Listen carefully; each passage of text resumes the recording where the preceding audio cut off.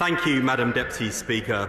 With your permission, I will make a statement to the House on Fit for the Future, the Government's 10-year health plan for England.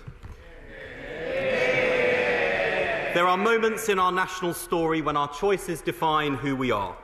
In 1948, the Attlee government made a choice founded on fairness, that everyone in our country deserves to receive the care you need, not just the care you can afford.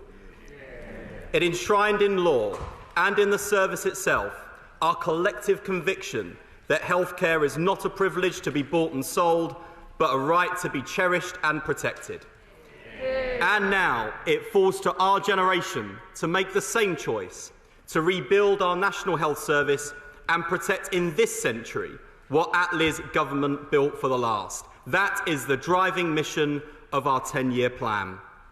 In September, Lord Darzi provided the diagnosis.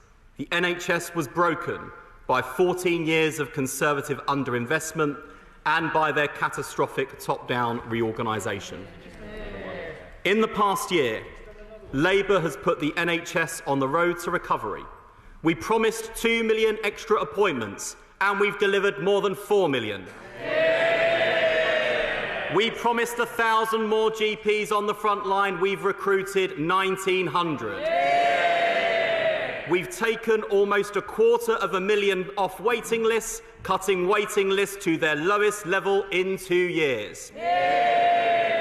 And we've launched an independent commission, chaired by Baroness Casey, to build a national consensus around a new national care service to meet the needs of older and disabled people into the 21st century.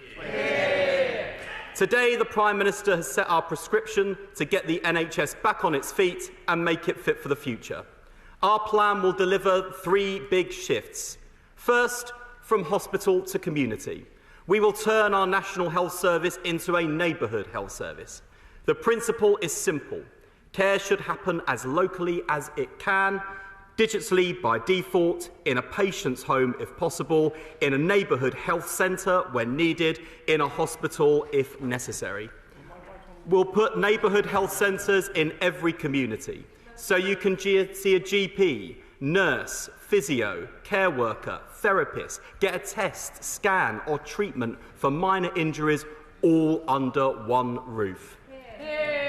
The NHS will be organised around patients rather than patients having to organise their lives around the NHS. It will be easier and faster to see a GP.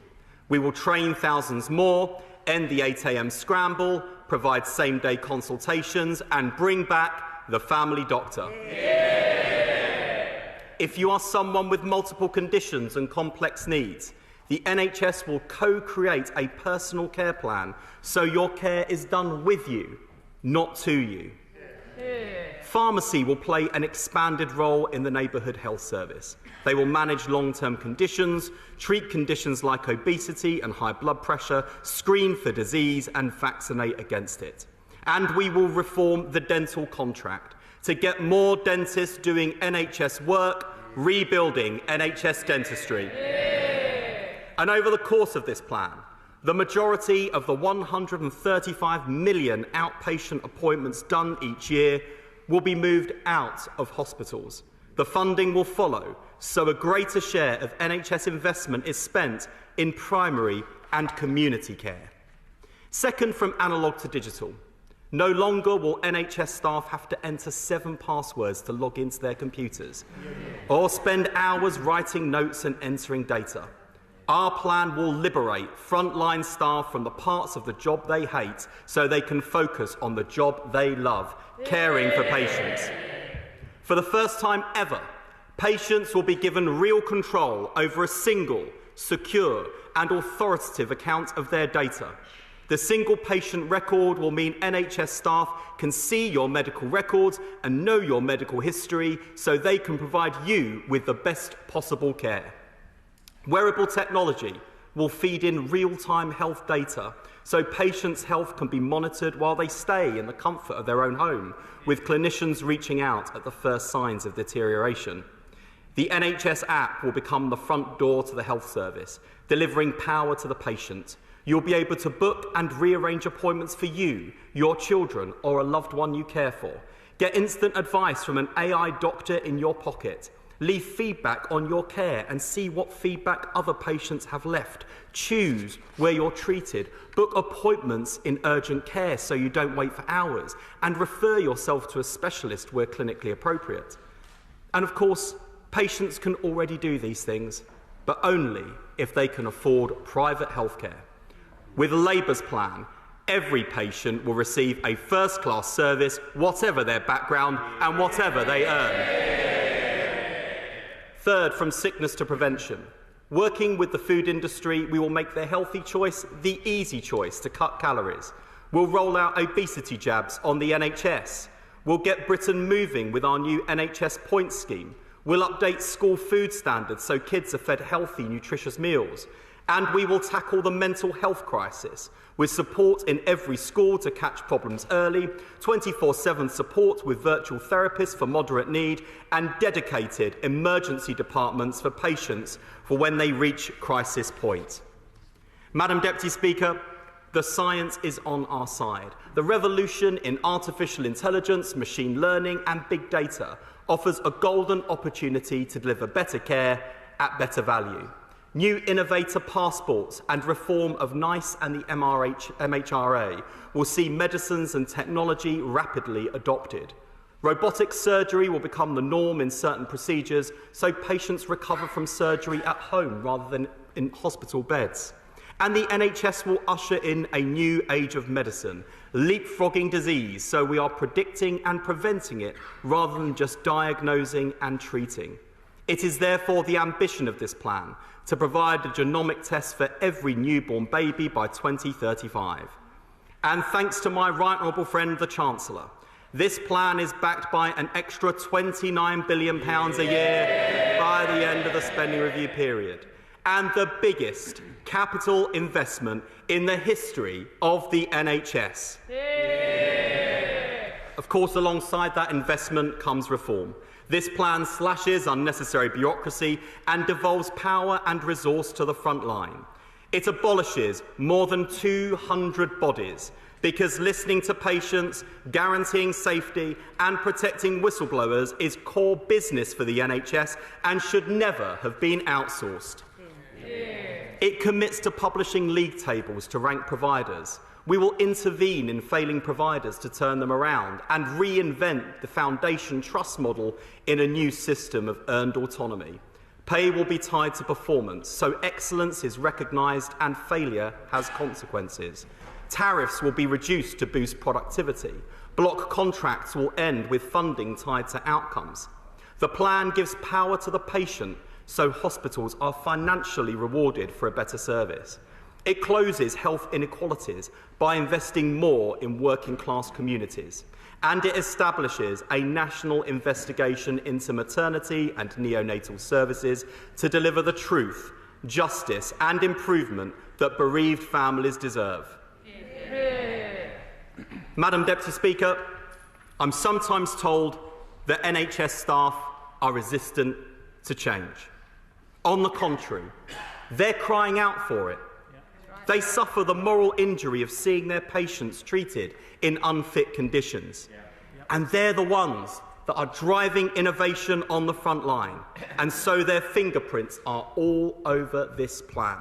The public are desperate for change too. Each of us has our own story about the NHS and the difference it has made to our own lives. And we also know the consequences of failure. That is why we cannot afford to fail. But to succeed, we need to defeat the cynicism that says nothing ever changes. We know the change in our plan is possible because it's already happening. We've toured the length and breadth of the country and scouted the world for the best examples of reform. If Australia can effectively serve communities living in the outback, we can surely meet the needs of rural England. If community health teams can go door to door to prevent illness in Brazil, we can certainly do the same in Bradford. We know that we can build the neighbourhood health service because teams in Cornwall, Camden, Northumbria and Stratford, where I was with the Prime Minister and Chancellor this morning, are already showing us how to do it. So we will take the best of the NHS to the rest of the NHS, and we will apply the best examples of innovation from around the world to benefit people here at home. Above all else, we will give power to the patient. This plan fulfills Nye Bevan's commitment in 1948 to put a megaphone to the mouth of every patient. And it will restore the founding promise of the NHS to be there for us when we need it. Yeah. Of course, we know there are those on the right who are willing us to fail. They will exploit the crisis in the NHS in order to dismantle it. The Honourable Member for Clacton and his cronies argue that universal healthcare that could be afforded in the 20th century, but not in the 21st. Well, Madam Deputy Speaker, Labour rejects their declinist pessimism. And so do the public. But that is the choice, sat right there. It's change or bust, and we choose change. And we know the British people are counting on us. It falls to us to make sure that the NHS not only survives but thrives, and we will not let our country down.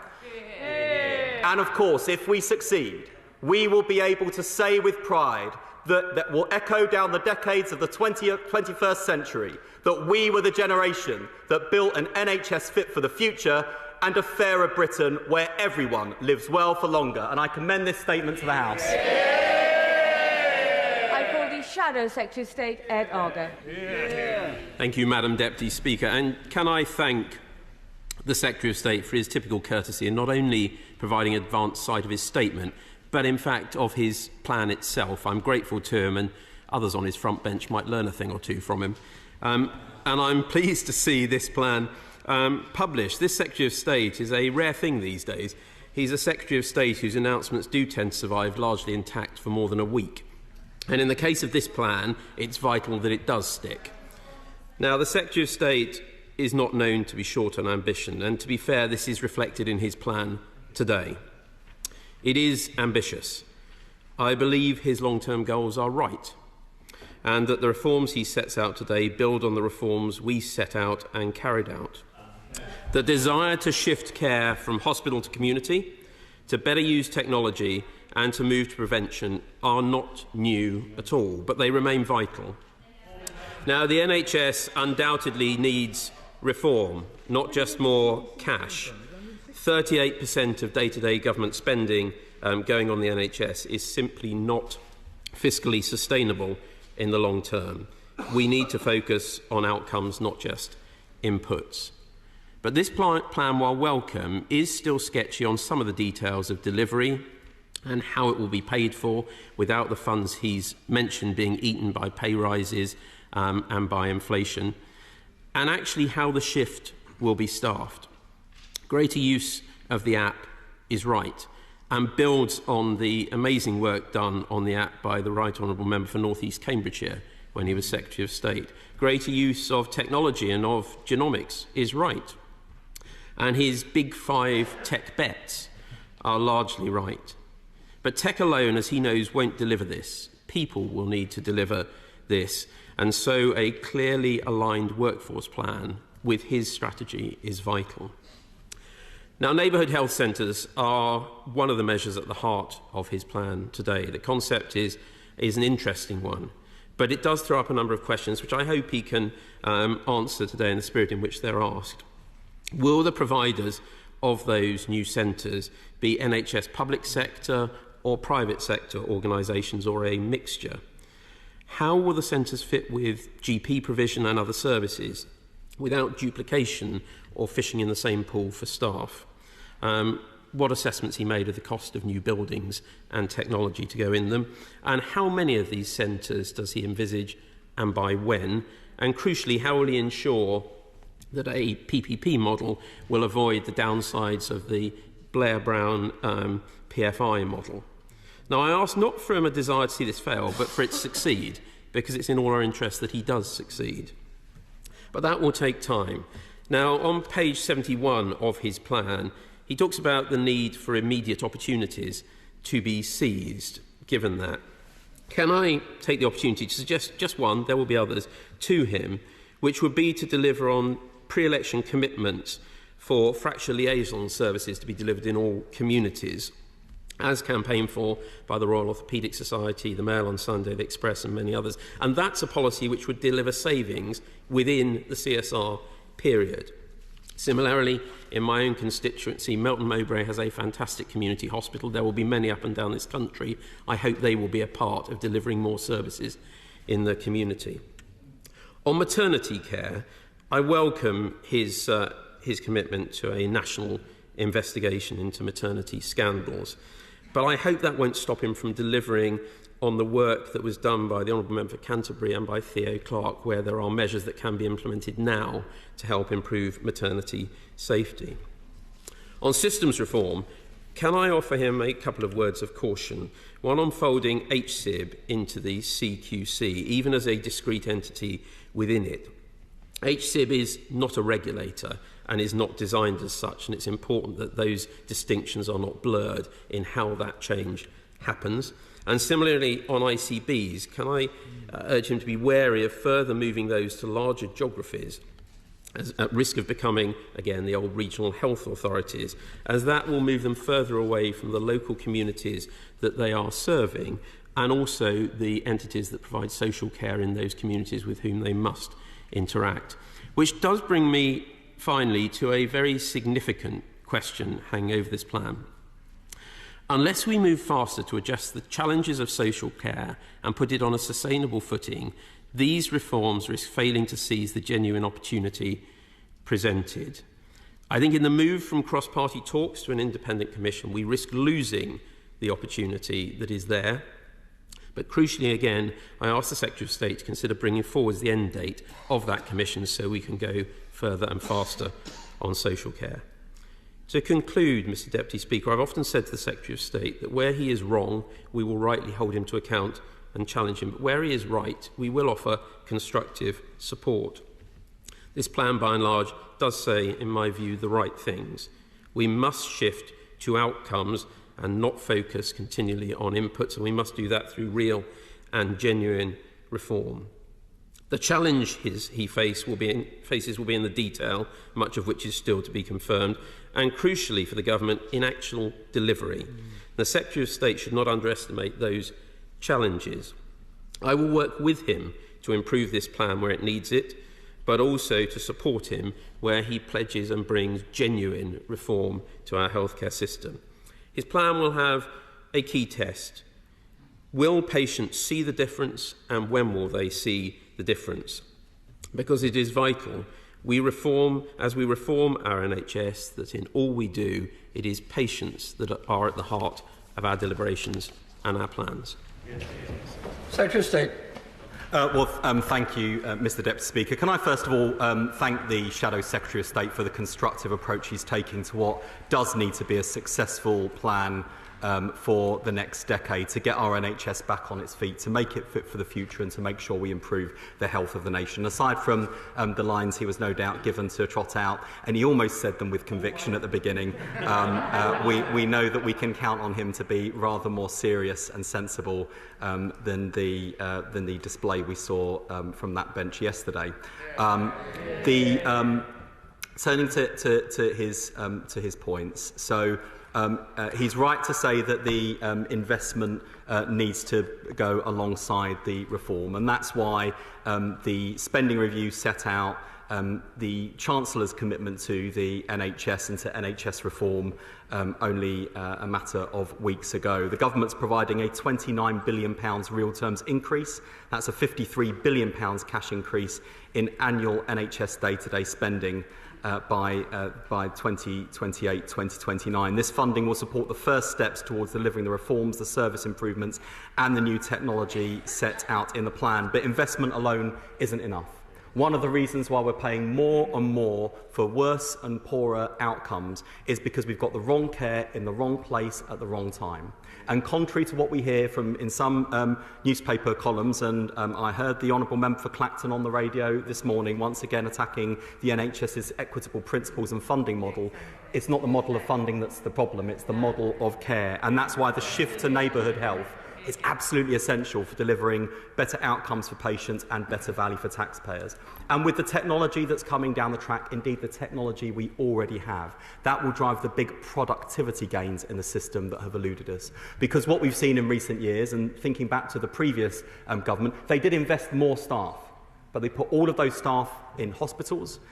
They were working in an undercapitalised NHS.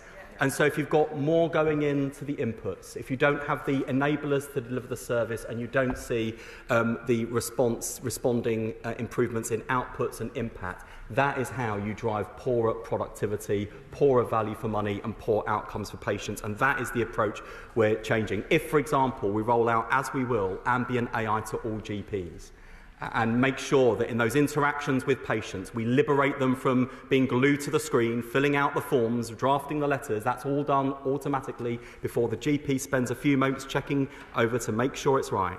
If we could just save 90 seconds in every GP appointment, we will save the equivalent GP time of 2,000 more GPs. That is how we get more bang for the buck. That's how we drive productivity improvements. That's how we deliver better care and better value. And that's why the workforce plan of the previous government wasn't right, because it assumed that the NHS just needed growth on the same rates and in the same way as it's always done things.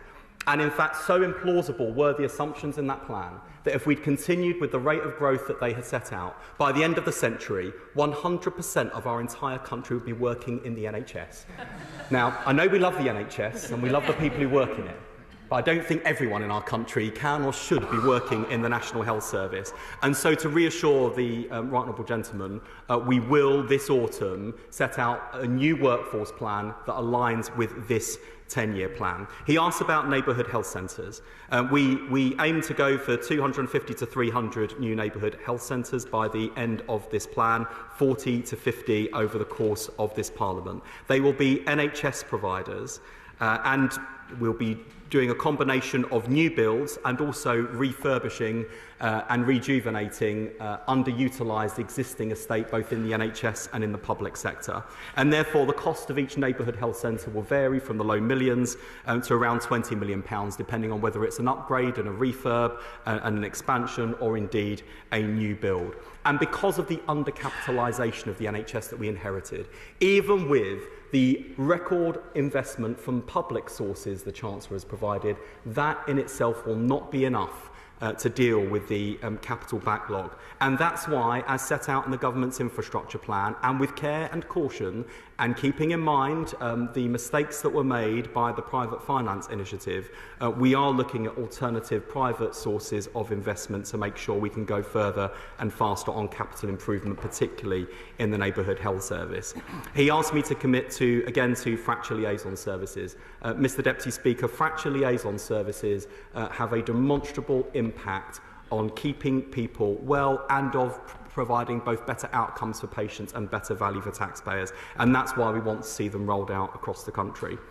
In maternity, I very much welcome his support for the investigation. NHS England is in the third of the 3-year plan put in place by the previous government, and we've sought to support that progress and not to interfere. But as we've seen, even with the most recent CQC report into the trust in Nottingham, we've got so much more to do, and it needs an entire change in approach and culture, let alone practice and behaviour. So I am committed to working with all party parliamentary groups across this House and to make sure that the expertise and insight we have right across these benches on both sides of the chamber helps us to drive maternity improvements.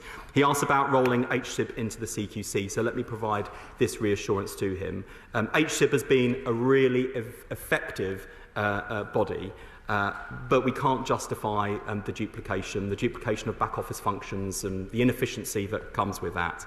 However, the CQC, when we came into office, was in such a dire state we had to replace the leadership, and we have in place an improvement plan. So the House has my assurance that we will not roll HSIB into the Care Quality Commission until we are assured that the Care Quality Commission is back to the standards that we expect for it to perform its core duties today, let alone the work it will do with HSIB housed within the CQC. On ICBs, Look, I'm not going to measure success through the number of bodies in the NHS. I think that's led us to where we are. But I am committed to make sure that as we devolve more power, more responsibility, more resource closer to the front line to system leaders and provider leaders, we also make sure we have in place democratic accountability so that members of parliament, local councils, metro mayors can influence and shape healthcare where they live. He also asked about social care. Well, we're not waiting for Casey. The spending review gave an additional £4 billion to social care. We're delivering the biggest expansion of carers allowance since the 1970s, a significant increase in the disabled facilities grant, and the Deputy Prime Minister and I will shortly be setting out how we will deliver the first ever fair pay agreements for the care workforce, building a real social care progression. And finally, Mr Deputy Speaker, on neighbourhood health, social care has to be part of it. In the context of this plan, social care features because it has a role to play on admission avoidance and speeding up delayed discharges. But of course we know that social care is important in its own right, and that's why it's important it has its own commission. Finally, the Shadow Secretary of State asked about whether people will see and feel these improvements. We know on this side of the House that we will be judged by results and whether people can feel the change that we are delivering. So all I would say to people watching our proceedings today is that in our first year, we promised 2 million more appointments to cut waiting lists. We doubled that. We promised to deliver 1,000 more GPs. We've almost doubled that. And we promised within our first year that you would see the NHS moving in the right direction, and waiting lists are lower now, lowest point for 2 years. Now we know there's more to do, but I hope the progress you've seen under this Labour government reassures you that when it comes to our National Health Service, if anything, we under-promise and over-deliver. We know that people will see and feel the change, and I say respectfully, given his constructive tone, that will be the difference between a Labour government and a